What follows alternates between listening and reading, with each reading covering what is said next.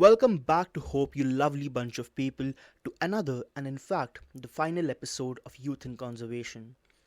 I hope wherever you are, you're doing well and, most importantly, staying hopeful. Hopeful for yourself and for the world out there. Today, I'm joined by Shubham Shashwat, someone I connected with last year on Instagram. I was immediately drawn to his passion and how, much like me, he's figuring his way through this field. Shubham is an animal keeper and educator at Kache Raste in Hyderabad, India. In this episode, we talk about what life as an animal keeper actually looks like, the role of education in zoos, fear of snakes among zoo visitors, and we are also joined by some incredible critter guests like Batman the Tegu, Slinky the bearded dragon, and a few others.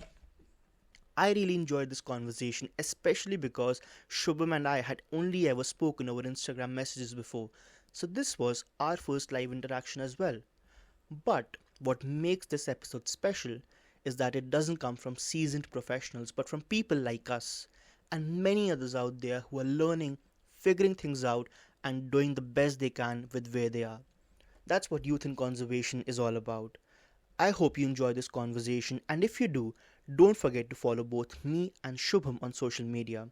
And before we move on, just a second, hold it there. Starting next week, I'll be bringing you conversations with some very experienced voices from the zoo world. The zoo theme begins soon. Thank you so much, Shubham, for joining us today. Thank you so much for taking out the time. I really, really appreciate that. Oh no, my pleasure. What's up, man? What's happening? Yeah. What's going on? Right now, I am working in Kacheraste, which is an educational center. So here I work with animals. I'm working as an animal keeper and educator. So I do my animal keeper stuff, which is basically daily maintaining of animals, feeding, making diet charts, treatment of animals. Because while you are working in a zoo setup, you have to treat a lot of animals, right? So I do my stuffs and after that, I take tourists on the tour, educate them about the animal, give them the whole experience of this place. Like, okay, I just slip in my education stuff while they are happy with the animals. Right. That's how the thing works. So yeah, it's a fun job at the end. I enjoy my job, and working with animals is also fun stuff. I am raising a lot of reptiles, a lot of baby reptiles like Nile monitor, savanna monitor. I'll show you some of the stuff later on in the video. That would be really Yeah. fun. But we'll talk a lot about education today as well because that's something I'm really interested right now to know more about wildlife education and how different educators have a different approach to education depending upon their own learnings as well as the people who they are dealing with. But before we get into that, do you want to talk more about animal keeping and the animals you deal with in more of a professional zoo setting? Okay. So you see, keeping animal in a professional zoo setup is way different than keeping animal in a home. Right? You can't emotionally bond with the animals. You have to approach it more scientifically. You have to deal with a lot of different species at the same time. So you can't go just like, okay, this I love this animal, I'll take care of this and rest, and I won't take care of the rest of it. Yeah, and also the thing is, I also work on a lot on the setups. Right. So animal keeping is not just about keeping the animal and feeding the animal. Mhm. It's also about how you enrich the animal, how you make the setups as natural as possible. Mhm. So I always try to focus on naturalistic setups where the animal is comfortable, the animal is visible to the people, and still they are comfortable. They can hide whenever they want, and they have plenty of enrichment, so they don't get bored. Right. But So that's the basic animal keeper work you have to do. Cool. Like, so animal keeping obviously involves dealing with a lot of animals every single day. So you, like, Correct. unlike me, when I'm taking care of just one snake, you have to take care of a lot more animals, which I Right. understand sometimes might get frustrating because there's so many animals to deal with. So, in your opinion, dealing with a lot of animals every single day, what do you think? Like, this question is particularly for the people who want to get into animal keeping. What do you think is romanticized a lot about animal keeping? Right. So, yeah, I see a lot of stuff on social media. Mm-hmm. People handle animals. So the main thing which is romanticized is animal being fed and the bond between human and animals. Mm-hmm. But actually, it's very much more than that. You have to clean the animal's poop daily. That's the reality. You have to clean the animal's poop and you have to actually treat the animal, and sometimes you have to also deal with death. So when you are keeping a lot of animals, you have to face the illness and the death, which is a common thing. Yeah. You can't deny that. So that's the more realistic approach. It's not, animal keeping is not just what glamorous and love. It's more about the responsibility. It's more about the responsibility you take for the animal, right? You have to feed the animal. You have to check on the animal daily, on the daily basis. Either you are sick or tired, or it's raining or it's sunshine, Mm-hmm. whatever the case is, you have to wake up, you have to check on the animal, you have to feed the animal. Yeah. That's more like a responsibility. But again, that's more romanticizing. On social media, the real life stuff is very much different. Yeah, there is about something about social media which we'll get onto later, but let's get back to education. So you have worked at Yeah. multiple places, doing zoo education stuff. You understand how the zoo setup works now. So what Hmm. kind of changes do you think is needed in a zoo setup to make it more than keeping animals in captivity and for people to have a look at them, but moving more towards conservation and wildlife education? So first thing I notice is that we should not place animals as exhibit. They should be more of ambassadors for their species in the wild. Hmm. So we should actually encourage this and say this to people like, okay, I have a bearded dragon. This is a educational ambassador for their species in the wild. From that, we can talk about conservation stuff, right? And also their enclosure. Their enclosure should tell a story, right? Where the animal comes from, what its natural habitat. And sometimes I even make enclosure that I've completely destroyed. I intentionally put plastic and all this thing to show the people like, okay, that's their natural habitat now. So enclosures should tell the story. Zoos should work on enclosures, Mhm. and also they should work on their education and interpretation. Right. Okay. So So something that connects animal to school syllabus or real life issues like climate change, habitat loss, human wildlife conflict. So like in zoos, you can see people would go, they'll see the animal, they click photos and they come out. There is Mhm. no educational happening. Right. No, I'm not saying they are doing whatever they can do. Okay. But again, we should encourage some people. We should have some educators who can guide the people about the animal, how what issues they are facing in the wild, how climate change is affecting them, and how they are in between human wildlife conflict and all. So see when so zoos should encourage kids or schools to come in, Mhm. and what they need to focus on, they don't need to make the children expert, one time experts. Okay, they need to sow a seed of compassion in them, which we can do by just making them relatable, make the animal relate to their syllabus. Mhm. That's what I did. Like I will tell you one thing.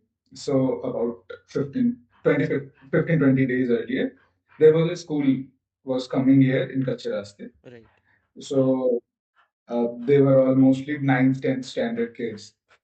So I did my homework. I read all the textbooks so that I can relate them. I can relate the subjects with their syllabus.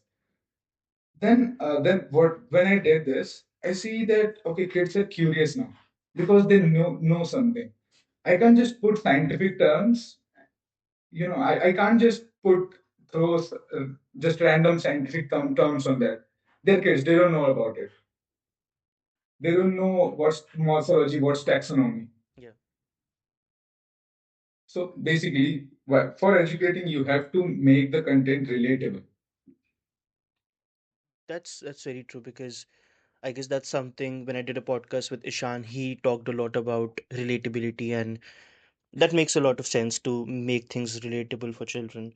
But you also mentioned Right. a very interesting point about using storytelling when you're creating exhibits. Do you want to talk a bit more about that? How can someone create a story in an exhibit? Like what goes behind creating an exhibit that depicts a story about the animal? Okay. So let's say there is a okay, like let me say I made a setup for tegu Okay. lizard. Okay. So tegus they are mostly ground covering animal. Hmm. They don't climb much. So what I did, I made a forest or ecosystem in which I placed some banyan branches above. Hmm. Okay, and the banyan actually it came to life. Right. It's growing now. Okay, so that's how you can tell this is how a forest floor looks like. Hmm. And at the same time, there is another activity going up in the canopy. Right. And you that's the way of showing like okay, this animal is it covers more ground. So this thing comes from South America particularly, which is a rainforest area. So you have to make the enclosures in such a way so that you can show the natural environment of the animal. Hmm. Okay, basically you have to show Brazilian rainforest in an enclosure. Hmm. That's true. Before we dive more into education, do you want to bring the animals and we can have a look at what animals you have? And if you want to talk about those animals as well for our audio listeners, Sure. Why let's not? go. Why not? So, okay, so the thing you see behind me, Right. the tubs, they are all filled with reptiles. Let's see, I'll start with the bearded dragon. So, here we have Slinky, our bearded dragon. So, this one, uh, it's bred in India. No, most of the reptiles are now breeding in India. That's good. Even I didn't know about like a year and a half ago. So yeah, meet Slinky. He's the ambassador of bearded dragon in their natural habitat. Okay. So what I tell people is, you know what? Touch their skin. How it feels like. It's like yeah, it's sandpaper. Even some of the people say they need skincare. Like okay, that's cool. Even I started including this in in other tools. Yeah. Actually, it makes people laugh and it's relatable. So they will know. Okay, there was a lizard called bearded dragon. It needs skincare. Yeah, they come from Australia and they are. People say it's a beginner pet. I would say no. Why? They need a lot of care and attention. They need high temperature range of basking. Their diet should be regulated a lot. They eat veggies and insects. So most of the people they feed mealworms Hmm. to the bearded dragons. Now what I saw, mealworms don't get digested. Okay. Uh, Superworms works, it get digested, but roaches are the best Hmm. for them. Hmm. And also in greens because they don't drink water. I just soak them once a week rather than they never drink water.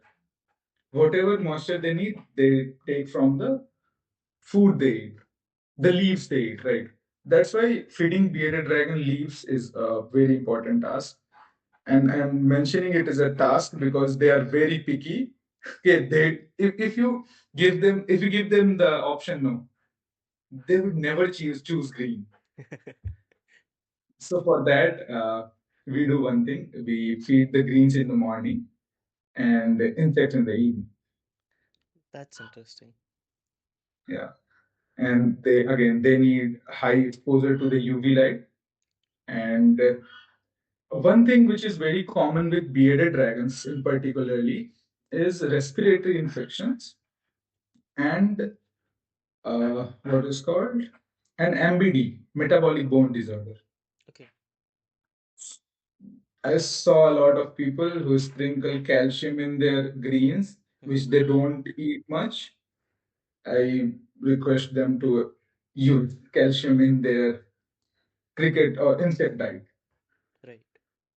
Do you want to know more about like bearded dragons? Yeah, yeah, go ahead. If, it, like, if you have any questions I, for I him. just I was just interested about when you mentioned about the bone disease, like what causes the bone disease and is it treatable? So metabolic bone disease is not treatable, okay, or it needs a lot of time to get treated. So it all starts with a kink in the tail. Okay. Basically, metabolic bone disorder starts when you give less calcium and even when you give more calcium. So you have to be that on the right amount of calcium. So what happens is that every reptile they need calcium in their diet, okay, because it's the thing that regulates their metabolism. So calcium and at the same time enough amount of vitamin D3, which is free from the sunlight. Yeah. So you don't have to buy the supplement, right? So what I was talking about, right? MBD. Mm. So MBD, it all starts with just a kink in the tail. You will see a kink in the tail, and now the your reptile is just stopped, not stopped, but partially stopped metabolizing calcium. Mhm. So when you give less calcium, at after a particular time, they stop metabolizing the calcium, which get harmful for the animal. And That's another thing, respiratory infections, because they come from very dry land. Many times people keep them in humid spaces. Anything, if 60% humidity, it's also harmful to them. So they need very dry climate. Like the enclosure I made for them is I use clay, which is rock solid. Because one more thing, if you use loose substrate, they'll ingest it. And right. then ingestion is another problem. So I use tightly packed soil and just dry grass, dry stems, and some perches. They like to climb a lot. Most of the people think that okay, bearded dragons are only just ground covers, but yeah, they climb a lot. They like to climb a lot. Do they do that something like that in their natural habitats as well, or is it just a Yeah, captivity thing? yeah, they do in their natural habitat. So if you see their natural habitat, it's again tightly packed soil. You'll see some flowering plants, mostly shrubs, and you'll see a lot of dead trees on which they climb and pass on. So next up we have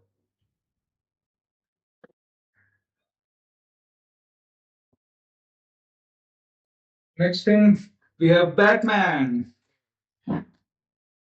Batman have Tegu. So he's pretty chill one, but Tegus dude, they are gnarly man.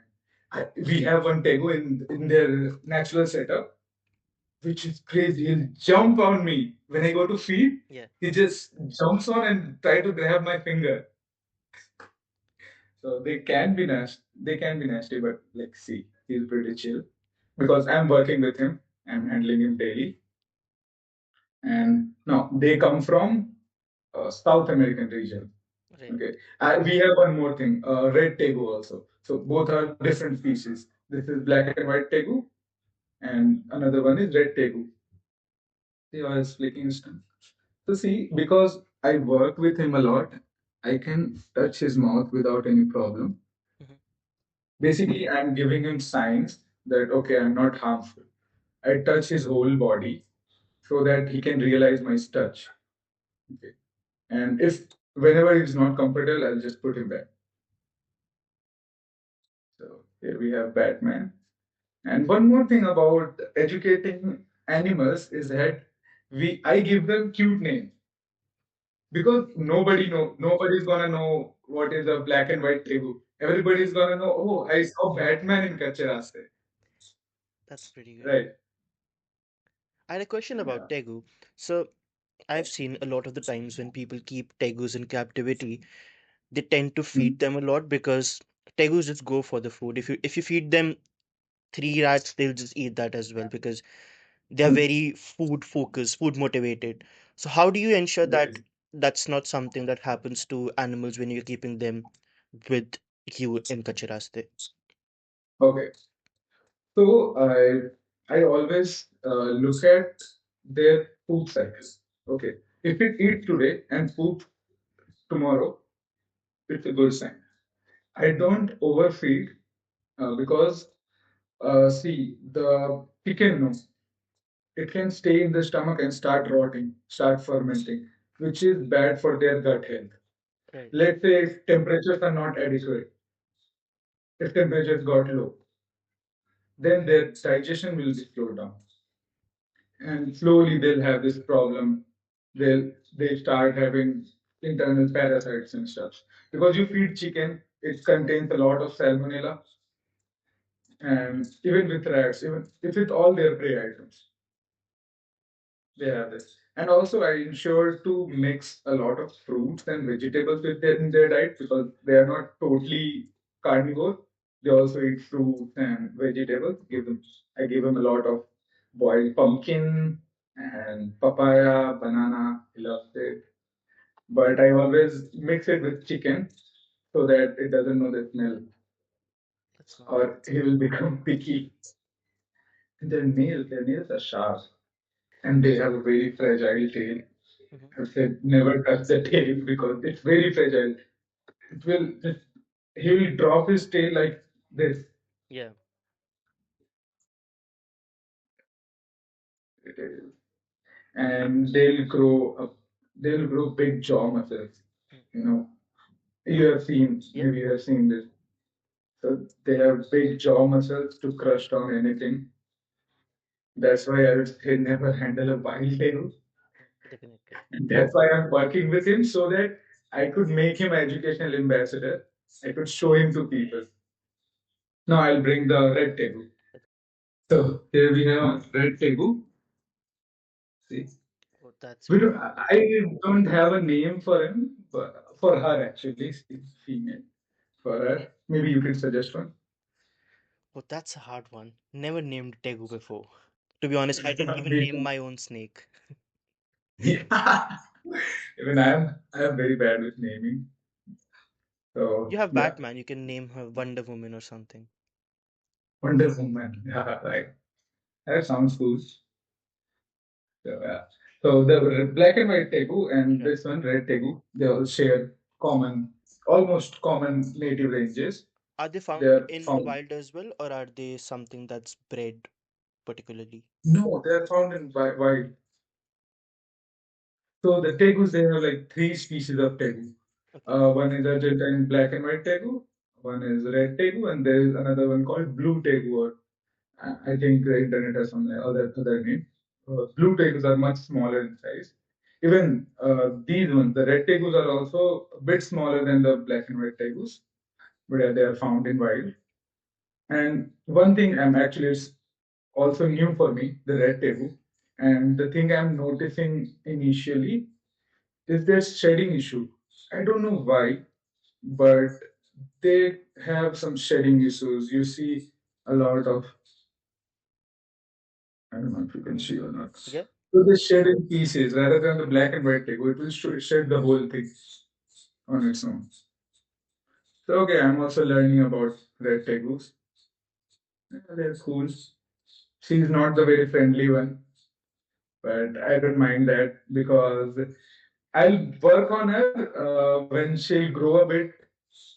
Because see, if you are having a baby monitor or a lizard, which is a baby, for that animal, you are just a big monkey right. who tries to scare them. Mm-hmm. So let them grow a bit. Uh, make them comfortable around you. Right. Don't bother just handling, rather than then just stay around him, feed him and stay around him. That's how it will get the trust. Like, okay, this human-sized monkey won't do anything to me, right? So I'm on that process. Like, we have a Nile monitor. It's in the naturalistic exhibit.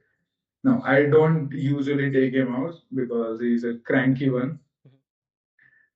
But okay, again, when he'll realize that, okay, I'm the apex predator here, Yeah. then we can work more together. Okay, he's also good. So here we have the red tegu. Now I'll take out the ball. Oh, sure.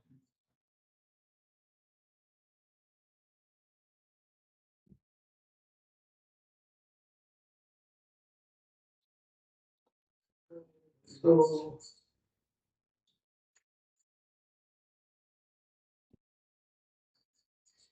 so, ladies and gentlemen, meet Pibbles, a ball python. So here we have Pibbles. Is a what? I forgot the morph. I'm too bad with morphs, dude. Yeah. I I'm just know I'm the not one I'm stuff. not that big fan of a morphs anymore. Exactly, exactly. I'm more into the wild animals rather than morphs. But okay, something morph. It I looked don't know a if you bit know. like pastel, I think so. but yeah, So I can be ball very much wrong with that. that I don't know again.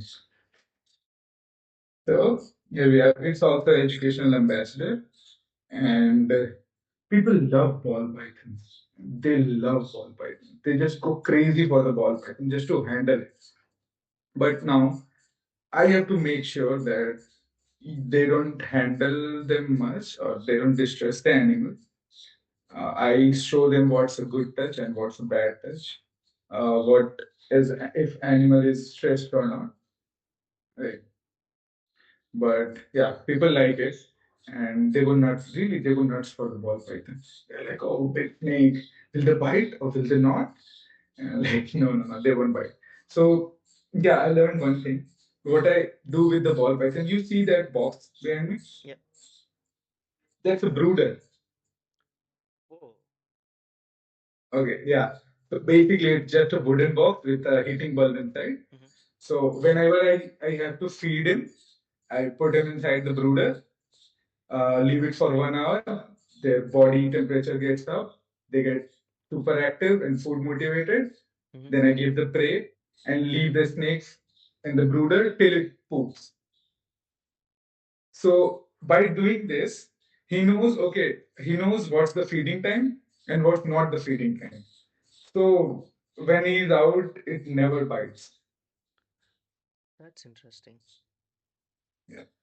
Even that thing I learned just few months ago. Yeah, I guess people have different ways to get their ball pythons eating because they tend to be very picky eaters as well. Hmm. But brooder technique, it works a lot. And then see, when their body temperature is high, they are super active and they are food motivated. And also at the same time, when I keep the body temperature high, it manages the digestion. So if let's say if I feed this ball python and leave outside in cold, the prey won't digest easily and it will start rotting and the ball python would have no other chance. So he has to regurgitate it out, Right. which is again very harmful for the snake. If it vomits its prey, it's very harmful for them. And with ball python, there is an interesting thing I think you should know, and maybe you are aware of that. They are now illegal to keep in India. Is it? I didn't know that. Yeah. So this is already registered one. This is the old specimen. Now, no new registration is going on for the ball pythons. I did not know that. Why is that? Because too much of selling and illegal stuff was happening? No, it's not too much of selling. I don't know what's going on, but yeah. So what happened? I think this year, July, August, what they did, they put the family Pythonidae in Schedule 1 of Wildlife Protection Act, Right. 1972. So basically, this ball python is in the same line with lions and tigers and bears and crocodiles. Mhm. Okay. So now they did not mention anything specific with pythons, like only native pythons or something. but they mentioned the whole family.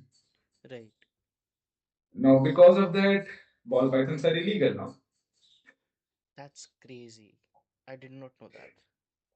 Yeah, but okay, this one is already registered, so we don't have a problem with that. We can give them to people to hold, but yeah, some people they wrap it around their neck, and Mhm. we have to like I am the one. I de-encourage them. I don't say like okay. I say this story. कि if you wrap it around your neck, you will faint and you won't even know. So actually, it doesn't happen like that. But with pythons, like these are small pythons. When you will handle what Burmese python or something, which is much heavier, and if you put it around your neck, you won't feel much. It won't hurt much, but it will lock your veins, and now blood is not going in your brain. Right. And at a second, you'll just faint. Okay, that's pretty cool. Again, the government thing. I don't know why they did this. There is already a petition going on in the Supreme Court Mhm. that you said, okay, ball pythons are illegal. Now, keeping them is again against the law. You'll either seize the animal if you seize any. Then what happens if everybody who has ball python they release their snakes in wild? Nobody wants to get in trouble with laws. Yeah. So what happens if someone just decided to, okay, I'm not going to go in jail. I'll rather throw my snake in wild. Mhm. Ball pythons, they are expert at surviving. They're Right. surviving on and this will cause a big ecological hazard Mhm. because these are in captivity. They carry a different set of infections and a lot. And let's say if a big cat wants to take a meal on ball python, the infection carries on. That's a big concern. Let's see what they'll do in future. But for now, that's the thing you have to go with it. Right. Any other question you want to ask for the ball python? That's all from my end. Okay. So here it is, Pebbles, the ball python. Now we'll take one corn snake out. Hey, meet Jolly Rancher, a corn snake. So yeah, I like people really get surprised when they say, "Okay, this snake named Jolly Rancher, really? I do. They're super chill." And now, as I said, with the ball pythons, they are listed in Schedule One. Now these things they are not even in CITES,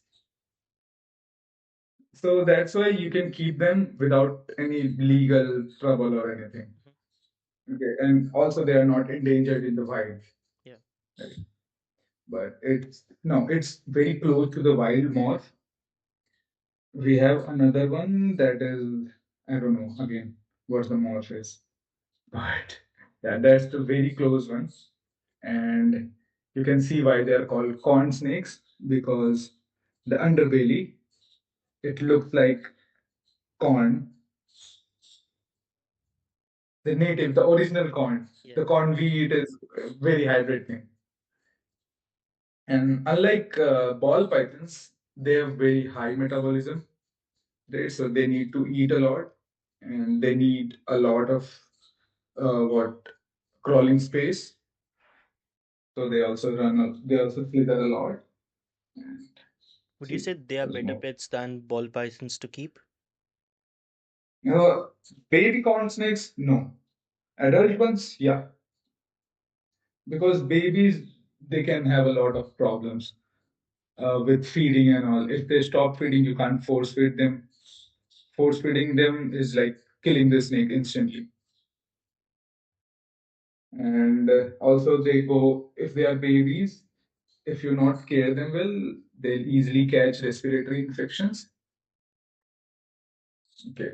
So I would say, yeah, the bigger ones. And if you care them properly, they are very good pet. And see, they have a lot of personality, like the ball python, like the ball python. Ball pythons are just lazy. They need food and all. That's all.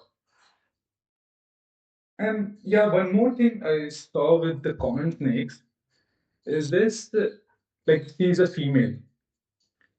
I don't know if it will happen with her or not, but I saw this thing that when a corn snake lay eggs, all the babies who are coming out, they are all of different colors. They're all of different moths. Mhm. Maybe because of the captive breeding, right? It could be, but it also could be if that particular snake is carrying some kind of recessive genes. So it Hmm. depends who it is bred with, and those recessive genes can become very prevalent and like easy to see in their physical form when the babies come out. So that's one of the Right. reasons, but yeah, I'm not sure if there's any other reason that would exist for different Yeah, moths to come out. but what I've seen, like if you breed with a wild gene, it will come like a 25% wild gene, then 25% different color and all. But nowadays, when you breed a corn snake, you will get, if you have 10 eggs, you will get 10 different colored corn snakes. That's crazy. So maybe because they are crossed a lot Mhm. with different genes. So now the genes are now showcasing in the babies.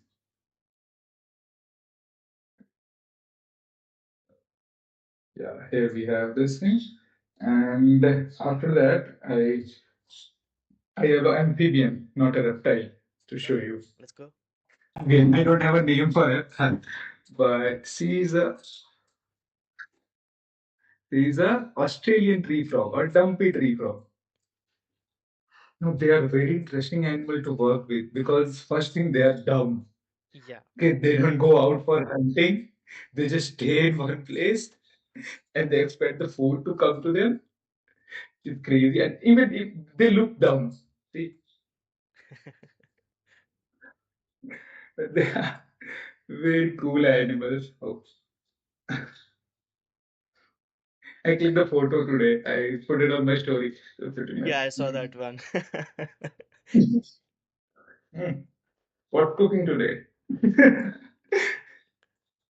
They have very great personalities. But if you are keeping them, you have to make sure that you not handle them much. They are very sensitive to handling.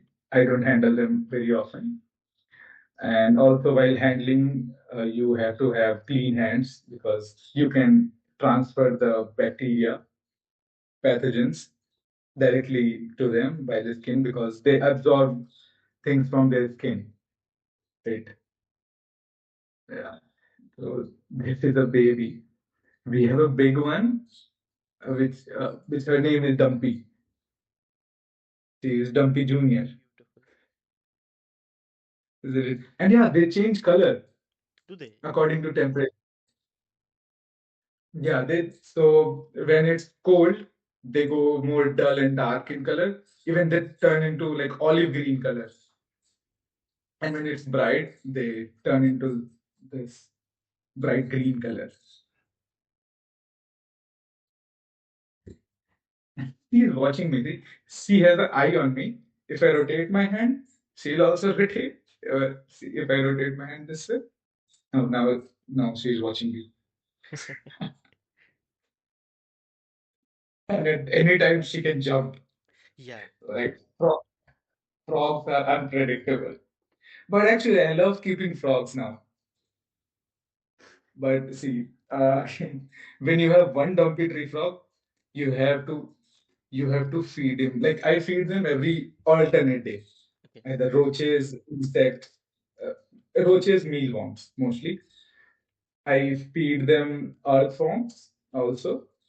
I culture the earthworms, not the wild ones. They can carry a lot of bad bacteria, which I don't want to be inside their gut. I also culture fruit flies for them, just for enrichment. But it turns out they don't need any enrichment. They are just dumb.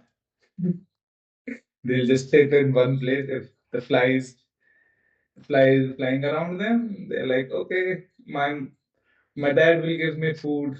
why I would go and catch a fly. They're very cool species. And have you seen that video of one guy just opened his bathroom and it was all filled with dumpy tree frog in Australia? I haven't. I have to. Okay, maybe if I have, I'll share with you. Yeah, yeah, yeah. So it's just like we have our Indian tree frog, the common Yeah. one in India. They are like the same in Australia. That's really good if you can see them. Hmm. But again, I don't know how they are surviving in wild. Being that dumb. Okay, cool, cool thing. Oh,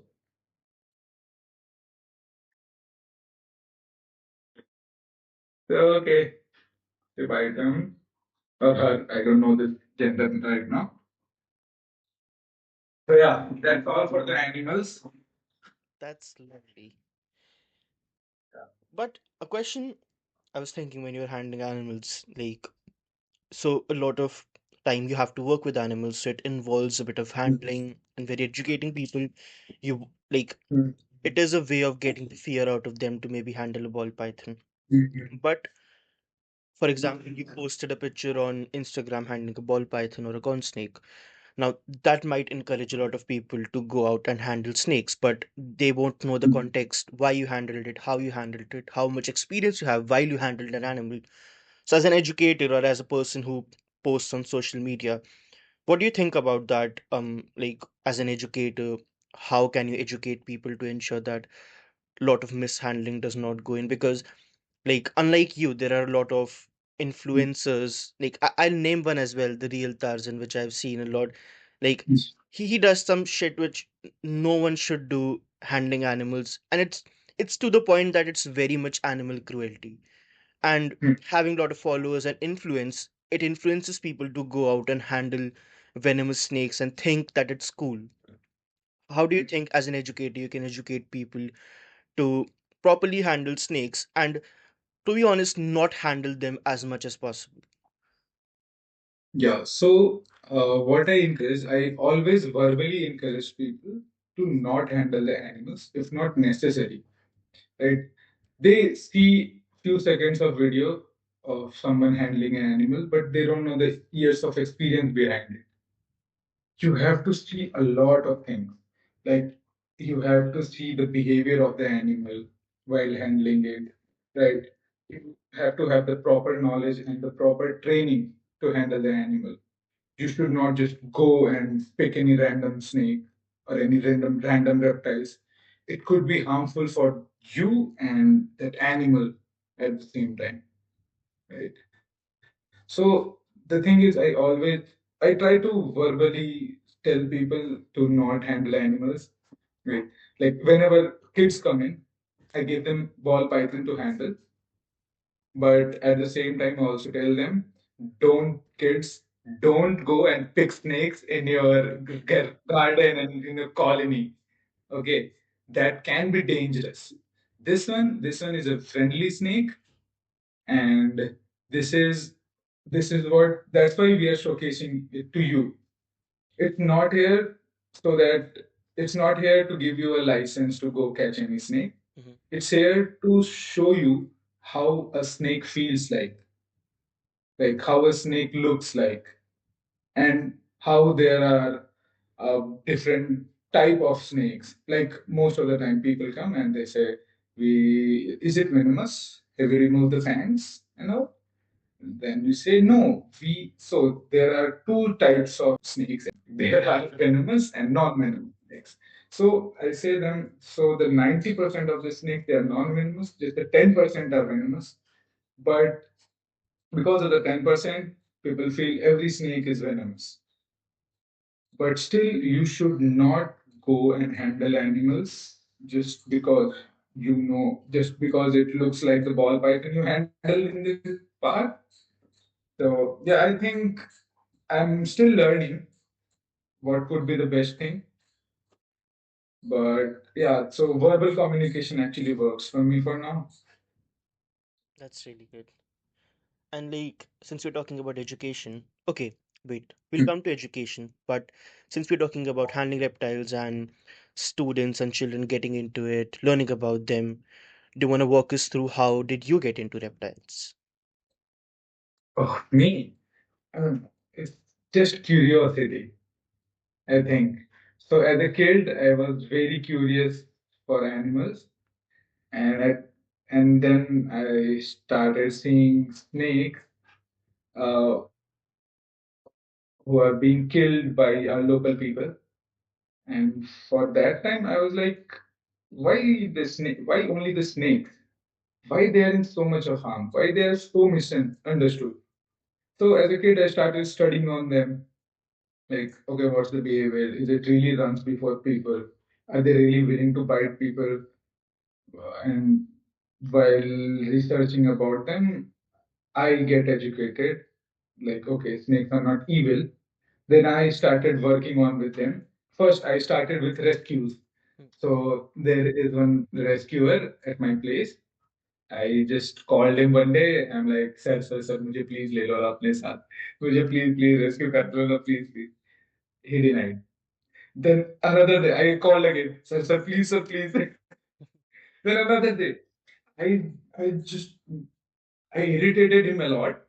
So that's why one day he's like, okay, I'm coming to pick you up.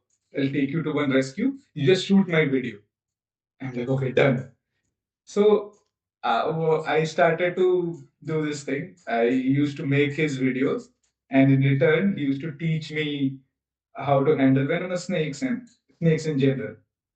And by getting the exposure of different set of snakes, I get to realize what's non-venomous snake, what's venomous snakes, and all. And again, it's all just curiosity, which took me from there to here. It's all just curiosity, and that's why I took zoology as a career so that I could learn more about animals. But and I should not say this again, but again, that zoology thing doesn't work for the stuff I do here. He's some different things, and I do some different things. Right. But as I started working hands-on with animals, with reptiles especially, I get a lot of exposure. I learned a lot of things because again, it's not written in textbooks, but I read a lot of research papers, and there are some zoos who publish a lot of stuffs about keeping reptiles in captivity. So yeah, I read them, then I apply them practically, and being practical, I also learned a lot about reptiles, and that's how I got into reptiles. But yeah, so I started with fishes. I got into reptile. Then then when I was in that zoo, my first job, I also get in touch with a lot of birds. So then I started brainstorming about birds, how they do, how to keep them. So I kind of learned about birds too. Then also there was a little marmoset there. And they're super fun, man. They're super fun. Yeah, They're so cool of they're so interactive. They know you. They'll come running at you. Like, okay, he's the person, I know him. He'll treat you like your friend. So yeah, I started working with a lot of small mammals too, a lot of reptiles, a lot of birds. So I get the exposure, even with fishes. So that thing that was a huge setup for aquariums. They had crazy animals. They had big size red-bellied piranhas. They had India's biggest this thing. Forgot the name. That knife fish. Ababa. yeah. Ababa. So they had the biggest Ababa specimen in India. And if you don't know about Ababa, then I would say they are ferocious. Okay. If they bite you, they'll cut down a piece from your. They'll cut down a flesh part. Yeah. So yeah, they are ferocious, although they are pretty silent. I always ask them like, can we add electric eaves? Can we add electric eaves? But no, we can't. The thing with in this field, in the private parks field, we don't have much. experienced animal keepers. We lack a lot of people. So every now and then we have to adjust with just simple workers Right. who don't work scientifically. Like for us, for the animal keepers here, we work scientifically with the animals. And but most of the parks they are run by just workers only. So they can't take the risk of having an electric heat, That's right. basically. Yeah. But yeah, getting back to like you mentioning about students and children interacting with snakes. Do you want to walk us through like what are the usual fears that students or people as well have when they're handling a snake in particular? Like, what are the most common themes that come? Okay. So I have seen one thing, like this fear of snake. It's now more of an instinct with humans. If someone sees a rope in night, they'll think it's a snake and they'll bless you. So it's now more of an instinct thing. I see a lot of people now. If let's say there's a 4-year-old kid, so and nobody ever mentioned a snake in his life. He never saw a snake. But again, if he sees something that is like snake, either is alive or not, he'll get scared. So I'm trying to break that through, like what's the real cause of it.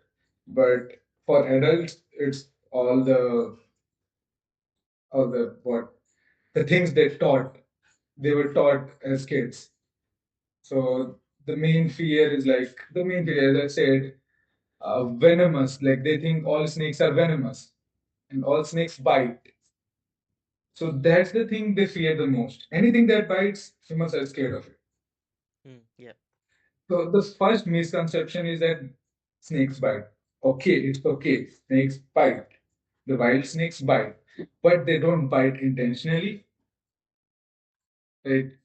They wouldn't go after you. You are not his food. Mm. So yeah, I try to break through the thing.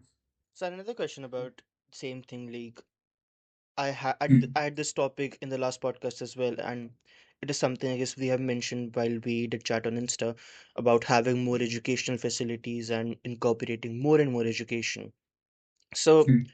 you did talk a lot about how, on a personal level, you try to educate people and your ways of educating. But when you see it in a broader perspective, how do you think private zoos or zoos in general can involve more educational programs in their like day-to-day operations and in educating people? Hmm. So there are a few ways of educating. Now I'm education. So there are a few ways. First things, as I said, I have funky names for the reptiles. Now because of the funky names, people get comfortable a lot. Right. Like the Nile monitor I have, that Nile monitor's name is Scooby. Just imagine one day that if the Nile monitor grows up to 7, 8 feet, and I'll go to the guests and like, hey, ladies and gentlemen, I want you all to meet Scooby, a Nile monitor. They'll get scared a bit, but then they'll go, hey, Scooby, that's a cool name. That's like a dog. So that's the thing. Name the animals. Nobody's gonna remember Nile monitor. Everybody is gonna remember Scooby. Right.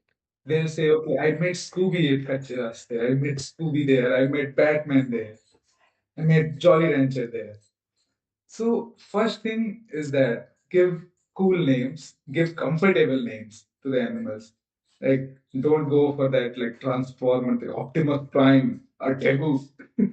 Not like that. It doesn't encourage any education.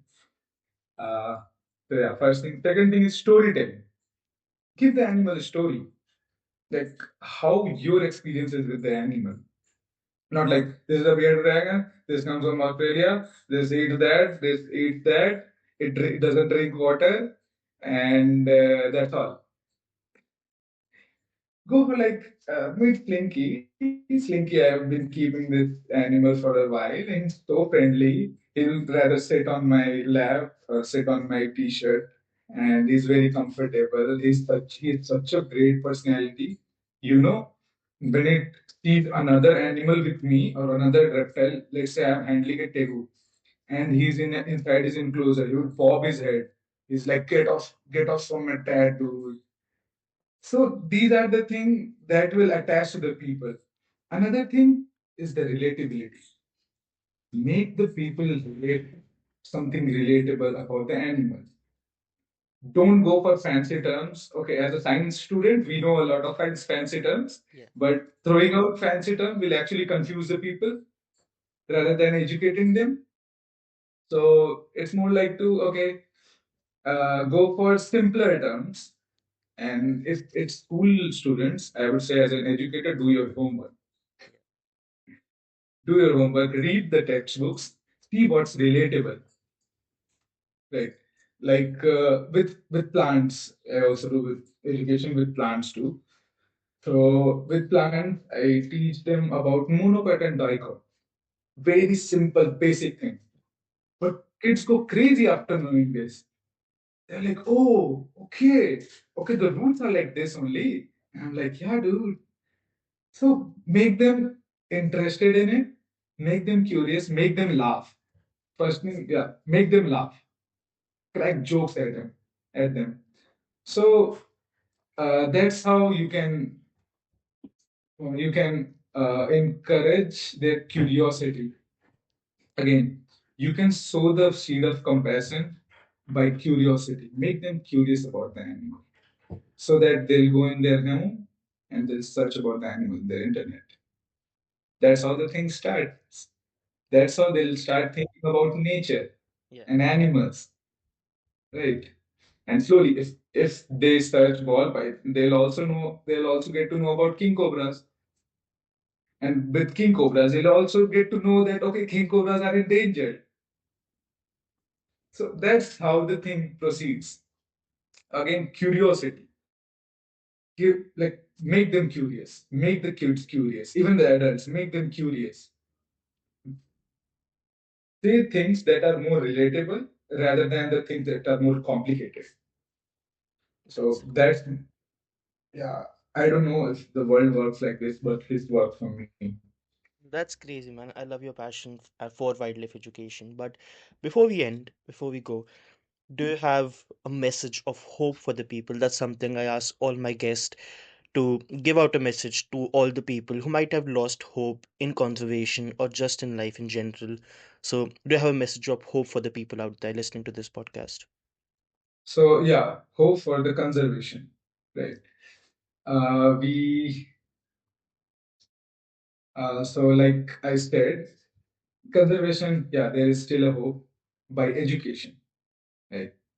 By let's how I joined a captive field, because in captivity you can showcase the animal. You can show the animal to the people, like okay, this is the animal, this is in danger, okay, and I can educate about the animal to the people by doing some simple things, by using simple terminology, simple language, and also at the same time making the animal feel relatable to the people and making them curious about the animal. That's how you sow a seed of compassion to the people, and I think it's a way I do my conservation part, and you can also do the same thing. Even normal people, just a normal guy can do this thing, right? Like they can slip in education in random chats, in random gatherings, right? Just by doing the simple things. Right? Perfect, man. That's a good one. Do you have any ending notes for the podcast? Do you have any questions? Any view about how the podcast was? Go ahead. Oh, bro, you are whatever you're doing great. You are actually showcasing the young ones, the ones which are our age, and which is very necessary. Now there is only the big ones are on the screen, Mhm. not the ones because we have just started. Right. We've just started, and we'll do something great in future for sure. Perfect. Right? We'll do a lot of things because now that see we are learning from the best ones, then will and also you guys like you are a very creative person. Okay. Yeah. So I would say just yeah, be creative and do whatever best you can do for the wildlife and the conservation part. It was really fun talking to you. Likewise. I think we haven't talked on call or anything like right? No, we have talked on Instagram, but never live on a call. Right, right. We were mostly on chats. Yeah.